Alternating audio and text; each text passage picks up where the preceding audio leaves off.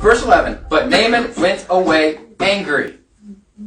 I get angry, right? This is why when I read this, I see me. I can't speak for you. And anger is it's individual. So what makes me angry does not make you angry. So we have to recognize, and we can't judge other people for their lack of faith or their lack of calmness or whatever, because it affects us all different. I can relate to Naaman. I wish I could relate with the 1.2 mil, but we'll start where we start, right? So he walked away angry, and he said, I thought. Woo! Let me just say how many times we get angry because we thought. Who told him this? Nobody told him this. He thought. Let me just. Oh, he got angry because he thought. Amen. I get angry because I thought. What creates anger? It's a discrepancy. It's space between what you expect and what reality is. Yeah. For me, I don't know where it goes for you. I know that is one of the biggest things that causes anger. I thought. What does Christ say? What does the Bible says? Transform your mind daily by the renewing and the washing of the word. Paraphrased it. Our thoughts, his thought.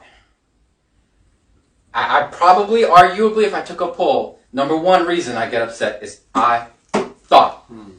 I had an expectation, it wasn't fulfilled in the way that I thought. Yes. I thought that he would surely come out to me and stand and call on the name of the Lord his God and wave his hand over the spot and cure me of my leprosy. Ooh, but instead, Elisha is not impressed. You get low. Here's a text. Ooh. I'm just, ooh. And he's just acting like Elijah, because we know Elijah, he acted like this too, right? So I'm a double anointing. So I get it. Because he was a performer, because I'm a performer. Because when the gap between my expectations and my experience, especially if you think you're doing it right, creates the anger, right? This happens when we get religious. This happens in church. Amen. Please tell me you can relate to this. Lord, I prayed. Lord, there's this verse that says that you do this thing. Lord, and I petitioned. I know there are other verses. I know you're a relationship guy, but I know that this is something, and I'm not dissing on anybody, because these are true emotions and things that we need and we want and we desire, and a lot of them are good and a lot of them are godly, and sometimes they don't happen. And so we get churchy about it. I mean, I could see Naaman. Listen, I humbled. I brought the money. I did everything. I'm going to the enemy, the guy that we whooped, and I'm asking for help. Listen, God, I'm trying. I go to church. I tithe. I give. I did this. I did that. Come on. This person is, why would you want this? This is a negative thing. Leprosy is negative. Maybe someone's sick. Maybe someone's hurt. Maybe you need, it's a need. It's God. I'm not asking for a Bentley. I just need a car that can go more than 30 minutes without overheating. I'm not asking for some, my kids need formula and it's out. You tell me, God, that is not something in line with you. And I'm asking for this. And I'm not seeing it. So we have to relate to Naaman, and we have to see that the things that he's asking for is, we get churchy. Yep. No, Lord, no, Lord. Listen, I memorized the verse. I memorized it. He says, all you those who are sick, come to the front, get anointed with oil, and according to they get healed. I didn't get healed. Can we not recognize that we get churchy about it and we get angry? I get angry because the expectation is that. It's that, and I can back it up. And it doesn't happen. And it's a good thing. And I'm really trying not to be selfish.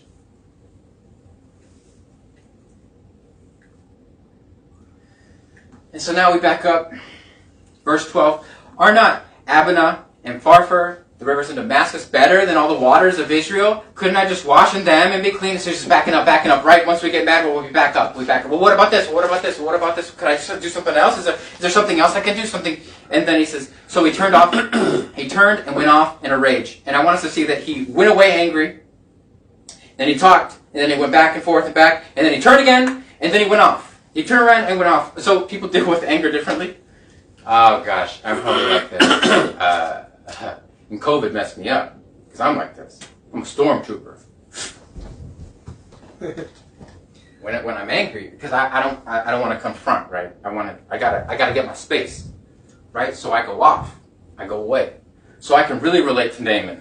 And I'm like, well, what about this? What about this? Can I do this? Can I do this? Can I do like, that's like the first thing when something happens. Well, what can we do different next time? That's like the first thing. So I want to fix it, and then I want to make sure it's always fixed. And I get angry when I do the thing that I think does fix it and doesn't fix it. And then we stutter and we stutter and we go back. I don't know where you are. Some of you guys stuff it in. Some of you guys are passive aggressive. There's all different ways. And not that I'm always a stormtrooper. Really, when COVID's in place, you can't go anywhere, right? So I had to really deal with stuff. God really dealt with me in that, and I'm better. I'm not great at it, but so we see that, and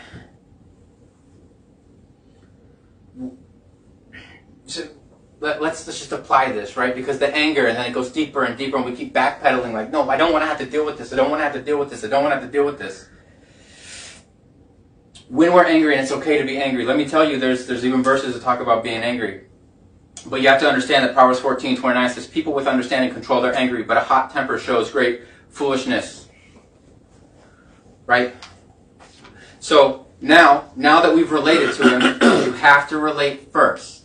You relate to him. Now we can judge him a little bit. Right? What? Naaman? Sorry, boss. We'll talk, when I get up to heaven. Naaman's he's acting a fool. He's acting a little crazy. Like, let's be real. You go to the doctor, right? You ain't even driving. You ain't humbling yourself. You made an appointment. You got insurance. You show up. You do the thing. He does a knee thing. You kick someone, whatever. And then what does he say? He says, all right. So now you got to go to the front. They give you a prescription. You got to take it 3 times a day. Whoo! It goes, I got to take it three times. That's his cure. That's the cure. Man, doc, but CVS Pharmacy has this other medication. Can I have that medication? Do you understand? Like, it's kind of silly. Yeah. He's about to get what he wanted, but he got angry. Because anger, it's not just about what's making you angry, it's what's underneath the anger. Oh. Man, That's water. No. All that anger? So, what's under that? Because, let me tell you something. You want to know what you love? Find out what makes you angry. Because what you get angry, typically, because you're against something that threatens what you love. So if you want to see what you love, see what makes you angry, and you will see what you love more. And it will comparison, because typically things don't make us angry unless there's competition.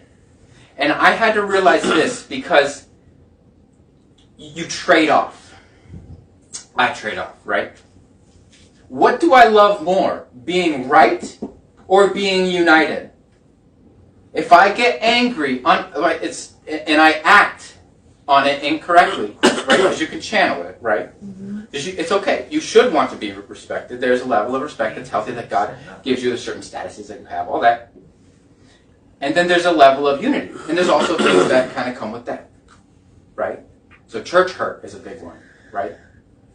But we see this as, do I love being respected, right? So, how many times are there rifts between family members, right? Because they're not showing respect. That's such a big thing.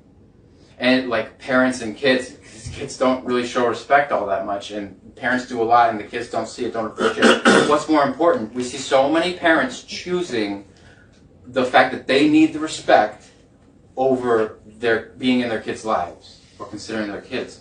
Mm-hmm. And I've done that, man. And my kids are young, and I still sometimes I want to be right and show her what's right without doing what's right. Showing her how to show her what's right in the right way.